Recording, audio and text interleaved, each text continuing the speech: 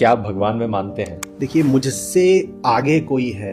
मैं छोटा हूँ, मैं एक सीमित व्यक्तित्व हूँ, मेरी सोच सीमित है, मेरा शरीर सीमित है और मेरा जीवन काल सीमित। तो मुझसे आगे कुछ है, ये निसंदेह सत्य है। क्योंकि इतना सा ही अगर जीवन है तो फिर उसको जीने से फायदा नहीं, उसके आगे कुछ होना चाहिए, होके रहेगा। तो आप मानते हो कि कुछ आगे है?